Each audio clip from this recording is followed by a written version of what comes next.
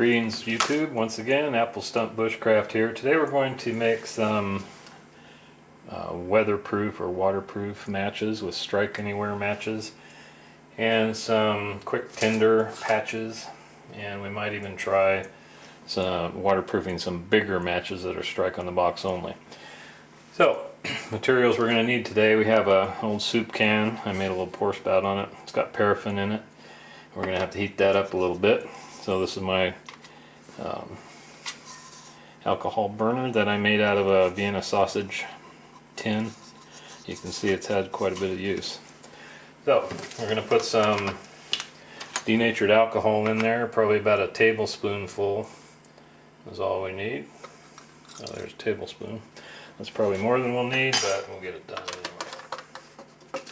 anyway. And for the purposes of this demonstration, I'm going to use a match to light that with.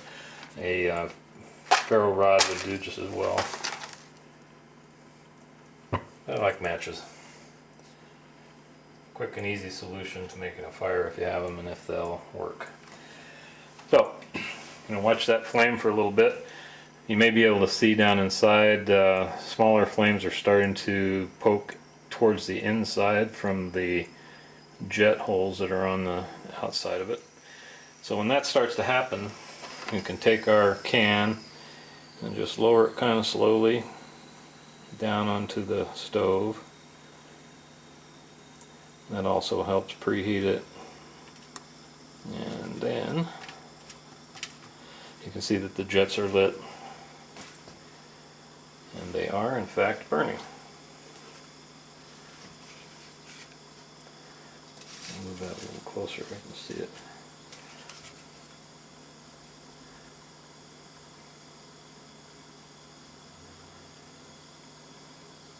So it doesn't take very long and the paraffin will be melted, and then we'll start dipping.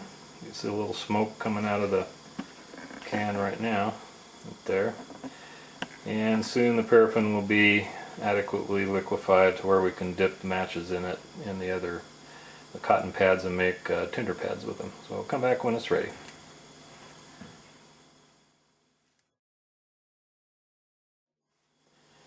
Okay, I'm looking inside the can there. I see that the paraffin is pretty well liquefied, so we're going to pick it up with tongs. There's quite a flame going there. I'll snuff it. And I can probably return the extra alcohol back into the bottle. It didn't take a tablespoon to melt that, it took far less, so that's how we do this.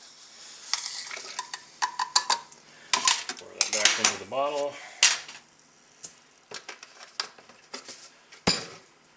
And we're good to go, start dipping, and we'll get that done right away.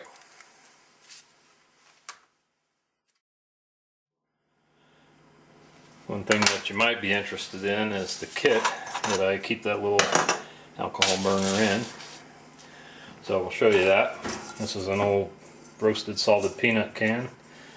Burner goes right in there.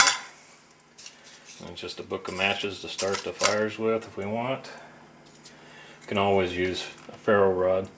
This is a lid off another storage device, and a funnel in case we want to return the alcohol back to the bottle. And then a plastic lid goes over all of it, and there we have a little stove kit. And that's what I take camping with me. It works very well.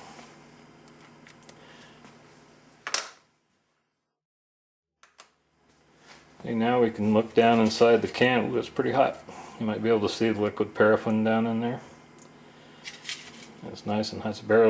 I can barely stand to touch that can, but there it is. It's nice and hot. That paraffin will stay liquid for quite some time.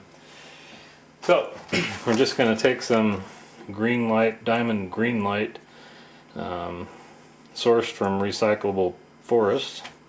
Strike anywhere matches. They're green with a white tip. And we'll take a few of them. I don't know how they got a red one snuck in there. That's pretty cool. Alright, so just going to reach down in there, dip that match in it, set it on here till it dries. One thing good about having the paraffin coating on the match is when it gets lit, it becomes quite a bit harder to blow out, or a little puff of wind is probably not going to blow it out, whereas it might extinguish an uncoated match. The paraffin liquefies, gets in the wood, and it really likes to keep that flame going.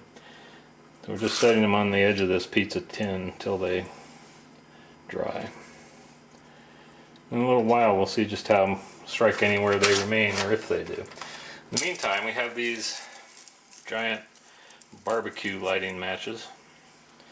I'm going to dip them as well, and then I'm going to cut some of the wood off so they're not a foot long like they are now. And they're a little bit more robust wood, so they sort of pack their own tinder. These are not strike anywhere. You have to strike these on the strip that's on the box, but any striking strip will do.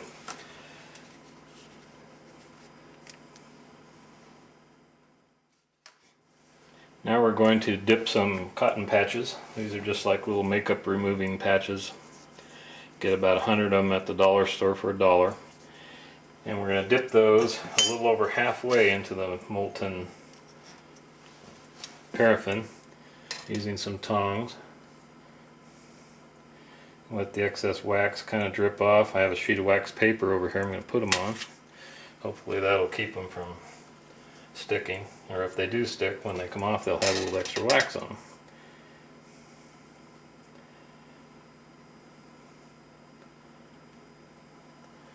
We'll just make a few of these. The idea behind dipping them halfway or 2/3 of the way in, as opposed to letting them soak all the way, is that you retain a corner of the patch that is just dry cotton, and it will take a spark really well from a ferro rod. You could dip them all the way in and gain that little extra territory there covered with wax, but you still have to rough up some of the fibers. So this just makes them a little bit easier to strike a spark to and get them lit, and we will demonstrate that later on another video. So I think I'm going to make 6 of them, and that would be good for at least 6 fires. If you wanted to, you could cut them in half and make 12 fires. Cut them in fourths and make even more, 24 I guess. The paraffin is still quite liquefied in there. And we could just go on and dip all kinds of things, but this is going to be it for now.